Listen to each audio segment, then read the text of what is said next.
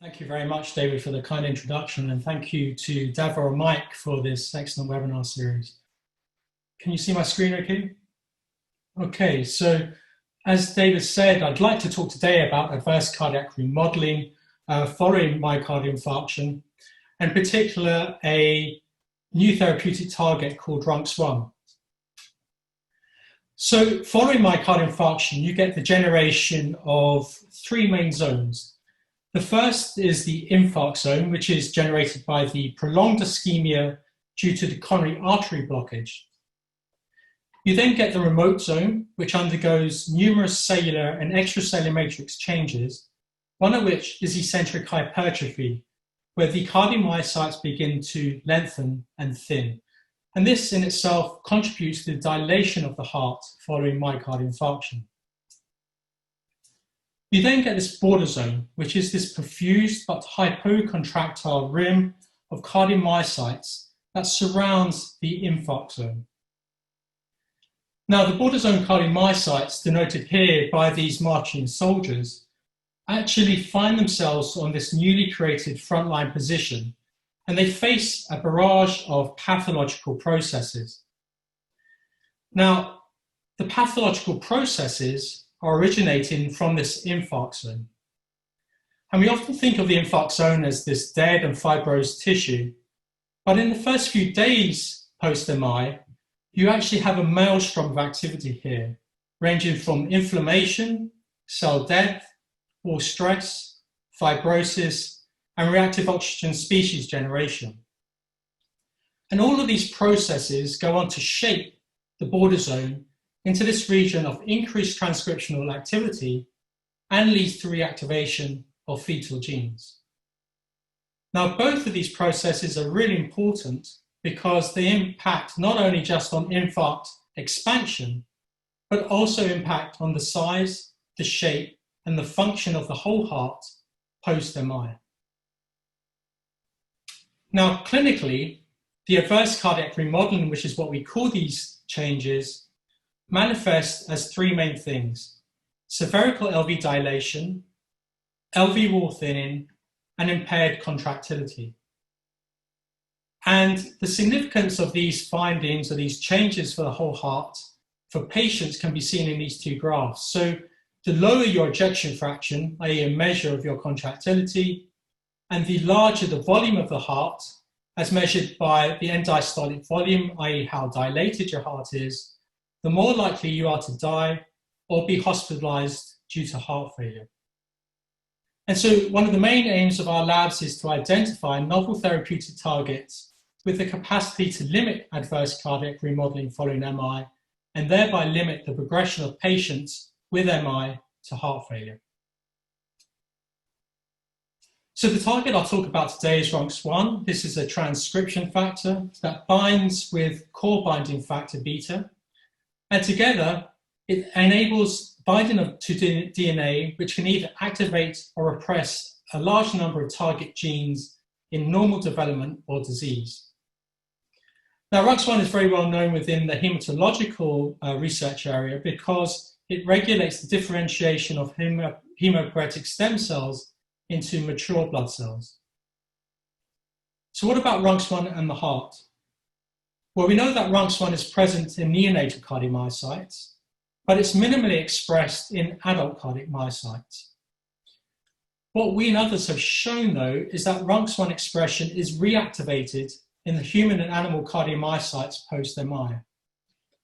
And there's two main things about that we've shown. So the first is that this reactivation occurs very early post-MI, from 1 day. And secondly, if you use RNA-scope to determine the specific expression of Runx1 within cardiomyocytes following MI, it's confined to the border zone region and the infarct at 1 and 14 days post-MI. So the question we wanted to ask when we started this program of work was really to look, is Runx1 a marker of ischemic damage, or does it actually play a functional role post-MI? So when we started, there was really only one paper by Steve Burden who had shown a functional role for Runx1, and this time in skeletal muscle. he showed that in normal innervated muscle, the expression of Runx1 was very low. He then denervated the hind limb of a mouse and showed that Runx1 increased almost 40-fold. Now that nerve damage caused the expected change in the muscle structure, which was muscle atrophy, which is a reduced muscle mass but no distortions of structure.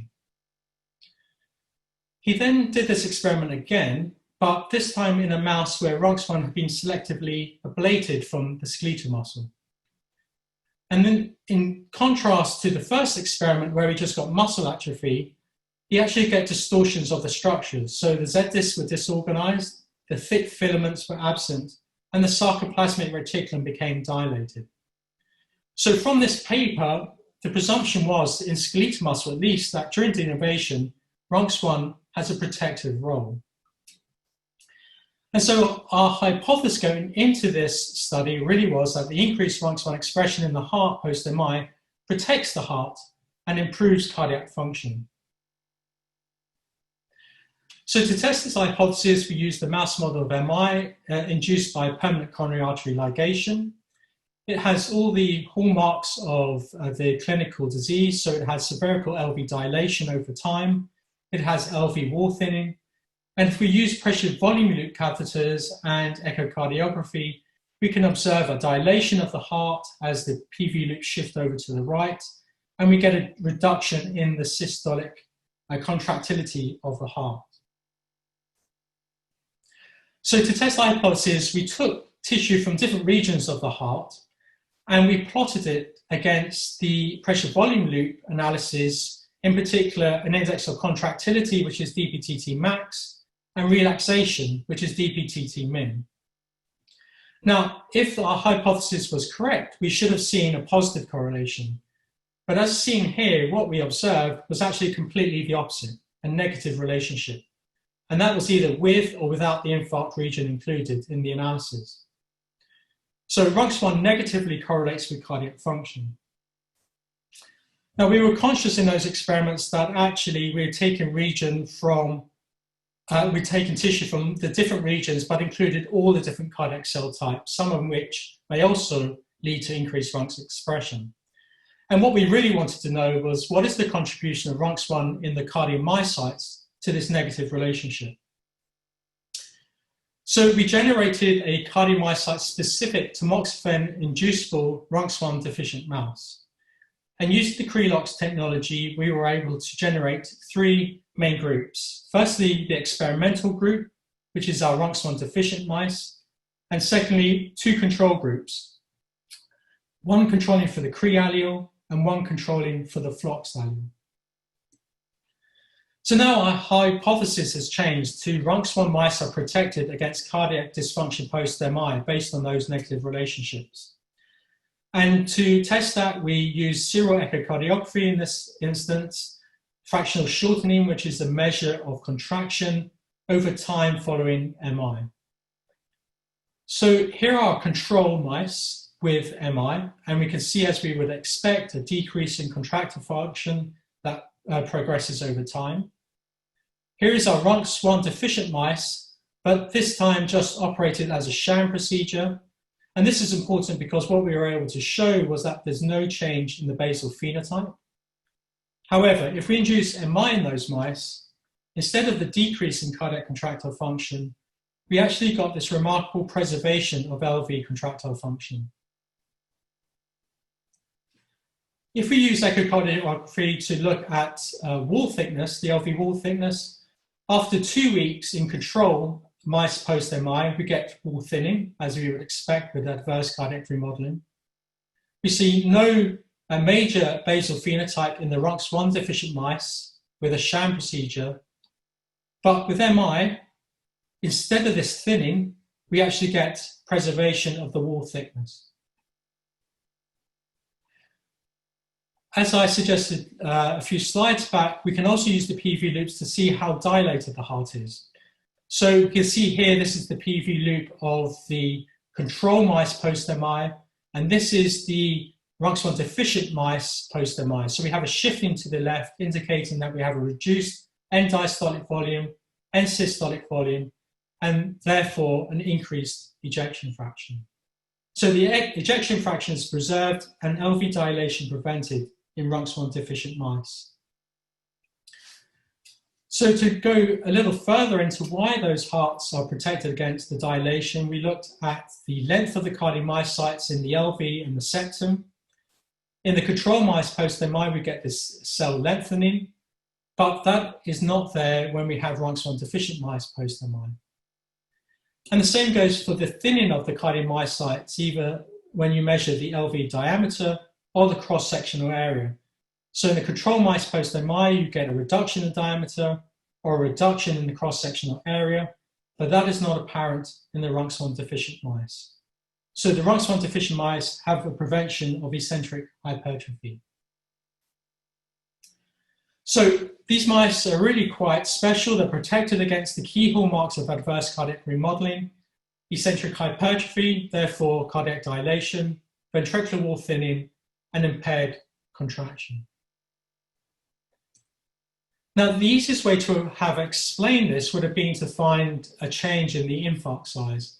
But actually, we couldn't find a reduction in infarct size, nor a change in the infarct thickness, and there wasn't any discernible change in the degree of fibrosis. And so what's going on? How do we get this preserved contractile function? Well, if we look at the wall thickness and the contractility at 8 weeks post-MI, we get this preserved wall thickness, and I think that goes a long way to explain why you get this preserved contractility at 8 weeks. But actually, if you look at 2 weeks post-MI, there's no significant difference in the wall thickness, but we still have this preserved contractility. So wall thickness doesn't explain everything, and something's going on at the cellular level.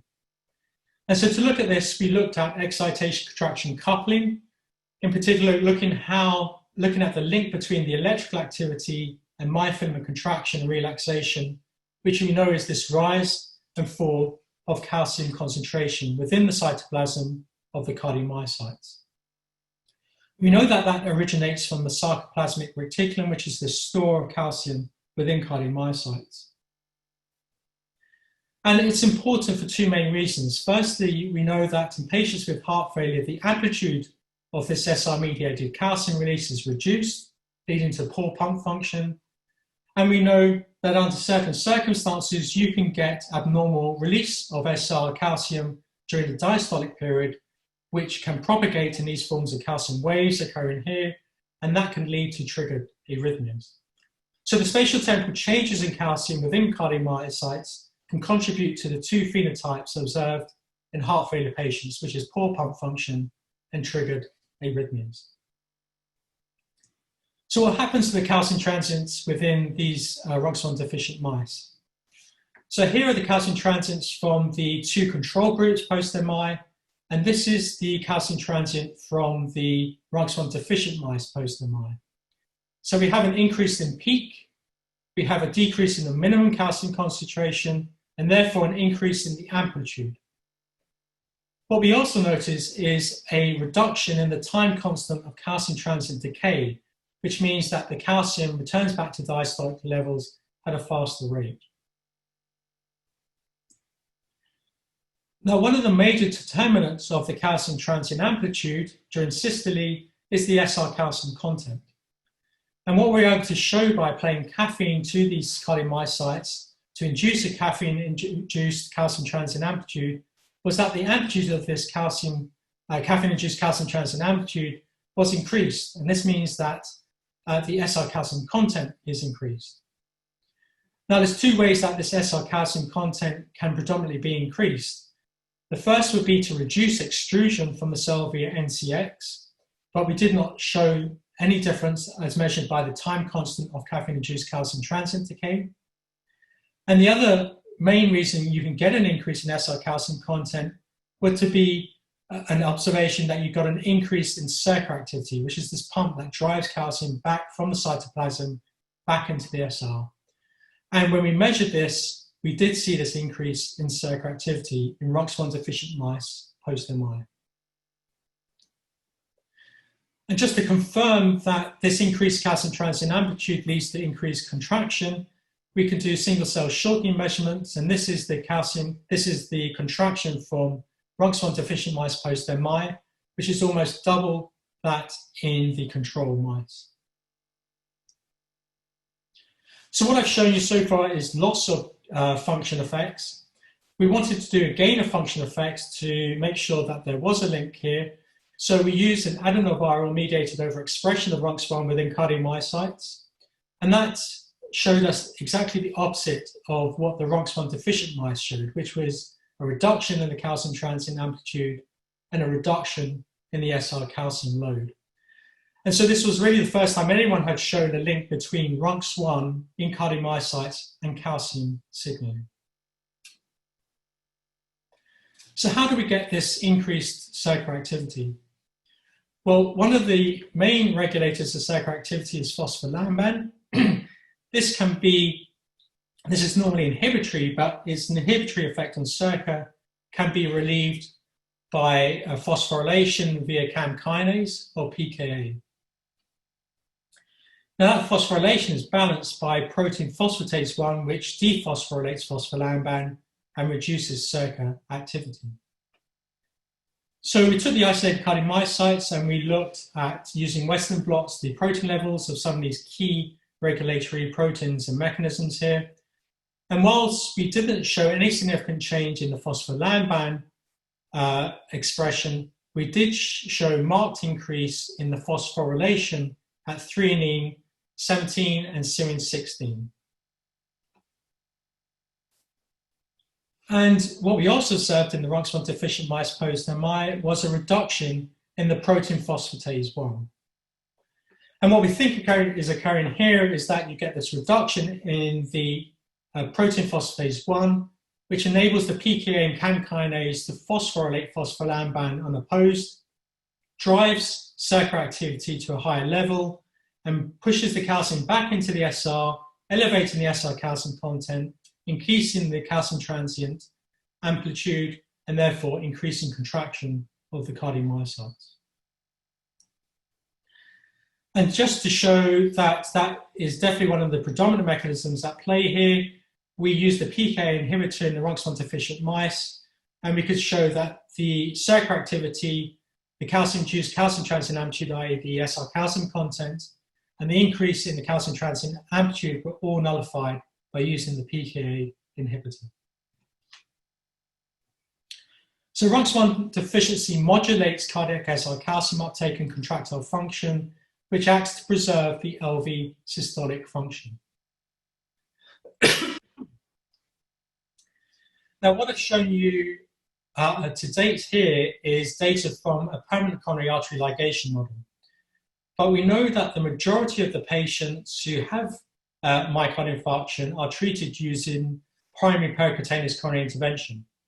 So this is where you pass a catheter down to unblock the coronary artery and you reperfuse the myocardium.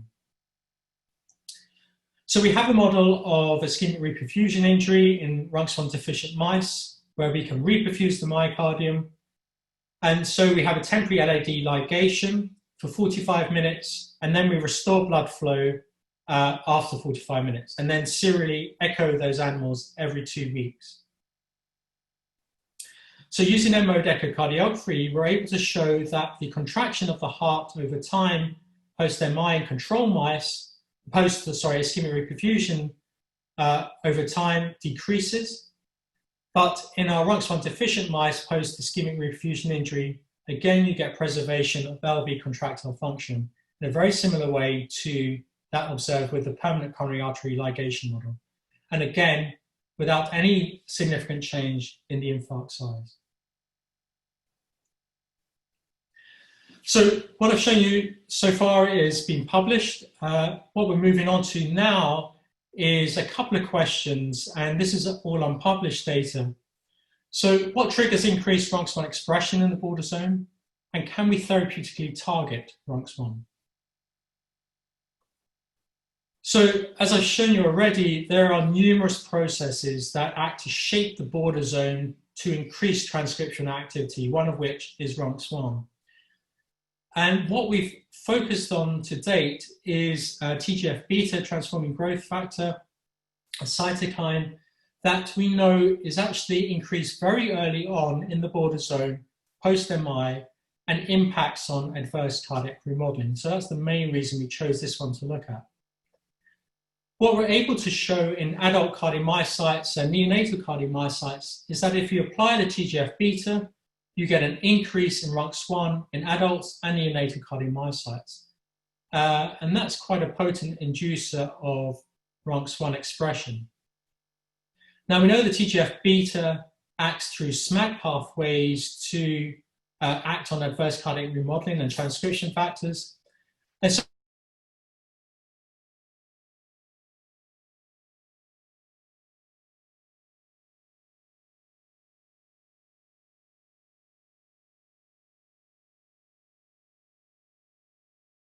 important for inducing Runx1 within the border zone, and a lot of our future work is going to be looking at that. And it's in line with other people's work who've shown another cytokine called oncostatin M is also a potent inducer of Runx1 within cardiomyocytes. In fact, we think that inflammation is really a really important trigger for Runx1 within the border zone. And our collaborators, Stefan Heymans and Ilona Kupas from Leuven University, have nicely shown that in a mouse model where you've infected the mouse with human Coxsackie B infection, you get these patches of cardiomyocytes which have increased Runx1 expression.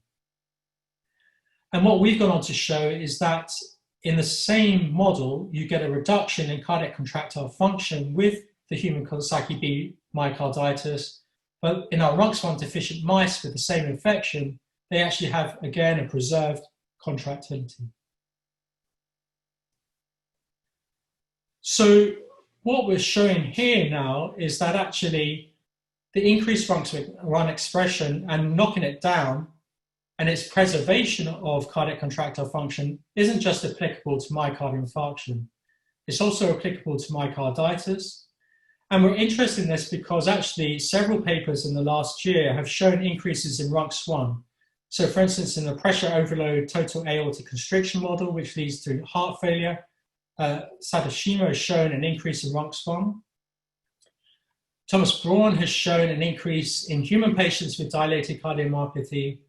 And our colleagues in Oxford, Tilly Mumstead, has shown in zebrafish model, if you cryo-injury the heart, you get increased Runx1 expression, and that can drive adverse cardiac remodeling. So increased Runx1 expression is applicable to a number of cardiac diseases that lead to heart failure, and this response to cardiac injury, we believe, is preserved across multiple species. So a second question, can we therapeutically target Runx1? So we tried two approaches. The first is a border zone, direct border zone injection of an adenovirus to deliver a short hairpin RNA to reduce Runx1 expression.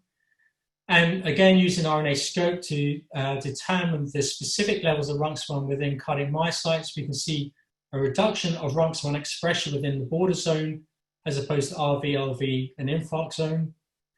And if we perform echocardiography on these mice in days post-injection, post-MI, if we inject the mice with a control virus, we get the expected reduction in contractile function. But actually in our Runx1, if we use an shRNA for Runx1 as an adenovirus, we get a preservation of contractile function. The other approach we've tried is to inject IV an adeno-associated virus to deliver the short hairpin RNA. And again, with echocardiography, we show that if we inject a control virus, we get a reduced cardiac function post-MI. But if we inject the AAV that has the short hairpin RNA to knock down Runx1, we get a preservation of contractile function.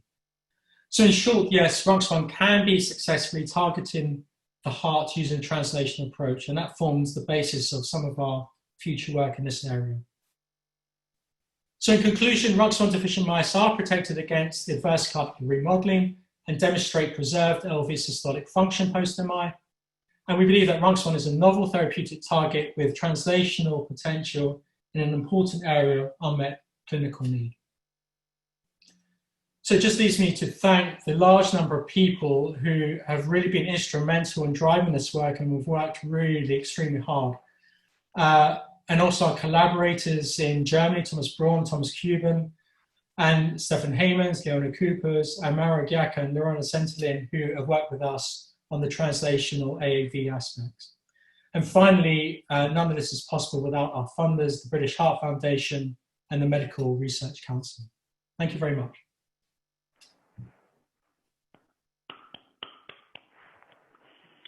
Okay, many thanks for that, Chris. Now, we've already got questions coming in, so let me start. So the first question is from Dan Johnson, who thanks you for a nice talk. And he was just wondering if you'd also looked at the L-type calcium channel expression and if the inactivation of this channel was also affected by Runx1. Yeah, so we've looked at a surrogate of that in terms of we've looked at, in those cardiomyocyte experiments, we apply caffeine at the beginning of those protocols and then measured the amplitude of the first calcium transient, which is indicative of the entry of calcium into that cardiomyocyte, and we couldn't see any significant changes. So we don't believe L-type plays a major role, but it is something we could look into in a bit more detail. Thanks. So next question is from Cesare Terraciano, who again likes your talk. He asks, how do you reconcile the effect of Runx1 on TGF-beta, yet there's no effect on fibrosis? Yeah, no, I agree. We're not too sure here. I think we probably looked at we've looked at the TGF-beta phenomenon in isolated cardiomyocytes in vitro. The next stage of this project really is to look at it in vivo. And I think that's where we'll start to apply the TGF-beta inhibitors and see if that affects the fibrosis. But thank you, we're well aware of the TGF-beta effects on fibrosis, and it'd be interesting to see, do we have that in our model? Thank you. Okay. Next one from Gabriela Schiaparella, who asked, do you see any differential regulation of other Runx family members, such as Runx2, in Runx1 knockout mice after your stressors? Yeah, so this is, I wonder if you've got stuff here. Yeah, okay, so these are the experiments I showed you with Runx1 and DBTT max and DBTT min. So Chris, I can't see currently what you present. Right, okay. If you are showing anything, yeah, you may have to share again. Yeah, that's fine, I'll do that. Okay, is that on there now? Perfect. Yeah. Okay, so this is the relationship I showed you before with Runx1 for DBTT max, DBTT min. This is the relationship for Runx2. So there's three isoforms, Runx1, Runx2, and Runx3. Gabriel is exactly spot on. So we don't show any relationship for Runx2, but we do show the same relationship, if not perhaps potentially more important, for Runx3. And we do get increase in Runx3 expression within cardiomyocytes post-MI. So again, that's something we're looking into at the moment, trying to knock each one out and seeing what its effect is post-MI. Great. Now a question from an anonymous attendee who wants to know if you've looked at SERCA expression levels and whether these contribute to SERCA activity, as well as your phospholamban. Yeah, no, we looked at SERCA levels and we did not see any change in SERCA expression. We tended to see a reduction of phospholamban levels, which in itself could have explained the result we've seen. But every time we tried it, it was quite variable. So we don't think that's the main mechanism. So do you mind if I just interject? Yeah, yeah. I mean, on this kind of note, you showed PP1 expression changes, but have you looked at the phosphorylation sites on inhibitor 1, for example? No.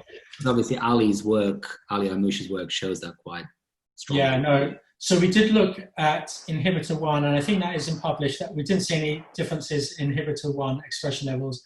We didn't therefore look at the different phosphorylation sites on that because we didn't think that was the route through which this was acting.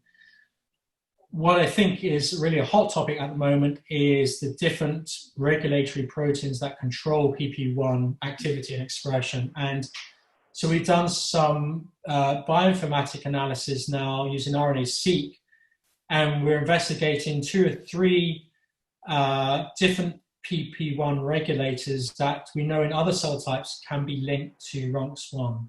So we're trying to use RNA-seq to try and dissect that further. Okay. A good point. Okay. Next question is from Helen Collins, who asks if there are any sex differences with respect to Runx1 knockout and its response to MI. No, a very important question. We have not tried these experiments in female mice. We should be doing that. And hopefully we'll get some time and some funds to try that. Yeah, I think it's important. We need to do it. Great.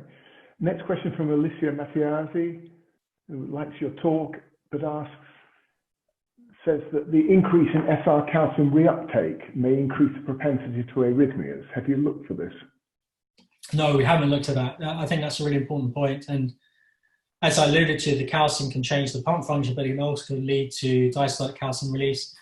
I don't think we're probably at a stage where we have calcium overload, and certainly we didn't observe in those cardiomyocyte an increase in wave frequency when we were doing those experiments, which we would have picked up. But we should challenge that. We haven't challenged those cells with beta-adrenergic stimulation, and so we should have a look at that. Now, a question from Nosiruddin Quadri. Is Runx1 expressed in myeloid cells that play a major role in the repair process after MI? Yeah, so I think this is really important. So when we first started this project, before we had RNA scope, we were really worried that the increase in expression we were observing was due to the inflammatory cells that had accumulated in the border zone. And it wasn't until we started really picking apart the border zone cells and the cardiomyocytes specifically, and using the cardiomyocyte specific knockout, that we knew that it was the cardiomyocytes that are important. But it is in myeloid cells, and whether or not it plays a functional role in repair, it would be very interesting to find out. Great. So next question from Junhui Sun. Is there any difference in TGF-beta expression pattern in neonatal or IPS and adult cardiac myocytes? I don't know. We need to look at that. Yeah, we need to look at that. Straightforward. Next question from Jitka Virag. Did you see a difference in ROS generation and co-localization of any of the machinery with Runx1? No, we've only really just started to look at these questions about triggers for Runx1, and I think ROS is obviously going to be very important. I think we just need to do those experiments. We haven't done those. In other cell types, it does. I don't know in cardiomyocytes. And Rio Juni says, Runx1 is protective in skeletal muscle while detrimental in the heart. Why do you think there's this discrepancy? No, I think that's a really interesting question. What Steve Burden has shown was that in skeletal muscle, when they knocked the Runx1 down, they got very few genes that were actually changed. There's about 29 genes that differentially expressed in that experiment. Some of those are really important for cardiac muscle, but actually, if you look at those genes, you would expect what we actually saw in cardiac muscle from that experiment. So I think the transcription factor is downstream effects of Runx1 in skeletal muscle and cardiac muscle are different. And that's what we're trying to tease apart with RNA-seq at the moment. I guess I'll just jump in there and ask my question if I can, Chris. I mean, listening to you, I'm slightly reminded, it's like my response to talks about CAM kinase. I go to lots of talks on CAM kinase where people show that knocking it out gets rid of arrhythmias and protects against various other unwanted things. It seems you've got the same thing with Runx1. So to put it bluntly, would the heart be better off with Runx1? Is Runx1 doing anything useful for the heart? So I think the thing with Runx1 is very context specific. I suspect at a basal level it is, but when it increases within such a specific region of the heart post-MI, it is driving adverse cardiac remodeling within that region. So I think we have a localization effect, we have specificity, and I think it's also increasing at a very early stage post-MI, and therefore targeting at a very early stage is really important. So yeah, I think that's... But I mean, if you follow your mice for long periods of time, the cardiac specific Runx1 knockouts? Do you pick up anything deleterious in them? No, so we've run it to 32 weeks, those Runx1 deficient mice, and they have preserved contractile function. What we haven't measured is the levels of phosphorylation of those proteins over that period of time. I should say that I think this is a really important mechanism. The PP1 related mechanism is very important for that specific model and that specific time. But do I think that is the only mechanism by which Runx1 is being protective? No. I think what we're finding out from the RNA-seq is that it actually, if you knock it out, you are preventing a number of deleterious pathways, all of which are accumulating together to reduce adverse cardiac remodeling. And I think therein lies the benefit of trying to target this transcription factor as opposed to just one particular pathway. Okay. So Rio Julie had another question, which is Runx1 expressed in other cells than cardiac and skeletal muscle? Yes, it's in blood cells, skeletal muscle cells, kidney cells. It's quite ubiquitous. Okay. Next question is from a previous speaker, Heinrich Tagmeyer, who says this is another eye-opener for him.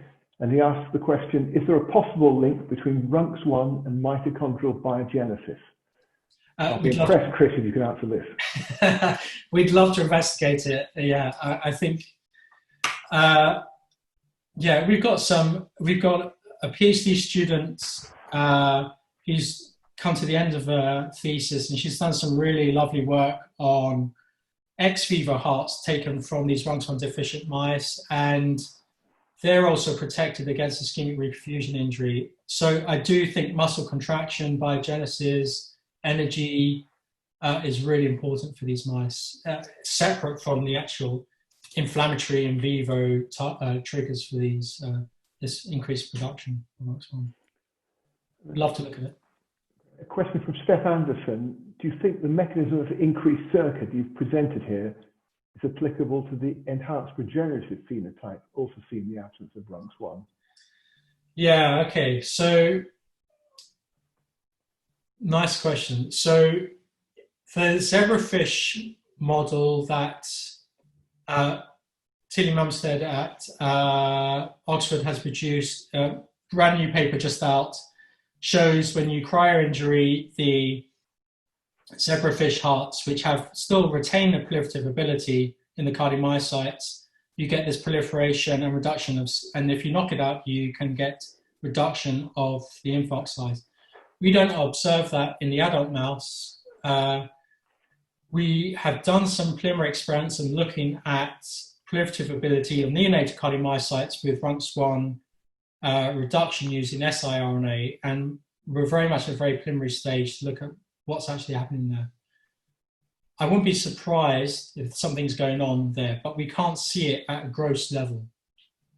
And if I can't see it at a gross level, given that of the remarkable preservation and contractile function, I find it hard to believe that any subtle change in infarct size is having a major impact on that preservation function, but I'm happy to be corrected. Great. Well, Chris, you've got to the end of this very long list of questions. Yeah. Thanks very much. So I think it just remains for me, on behalf, I'm sure, of all the hundreds or so people listening, to thank you. I mean, not only for beautiful data, very elegant slides and absolute clarity of presentation. It's an object lesson. Thanks very much. Thank you very much. Thank you. Thank you. No, I fully agree, Chris. Really, really wonderful presentation, wonderful slides. Even I understood things, which well, and thanks everyone again. Thank you for tuning in. We take a break tomorrow, and then we come back on Thursday. Chris, David, thank you once again. Thank you very much. Thank you.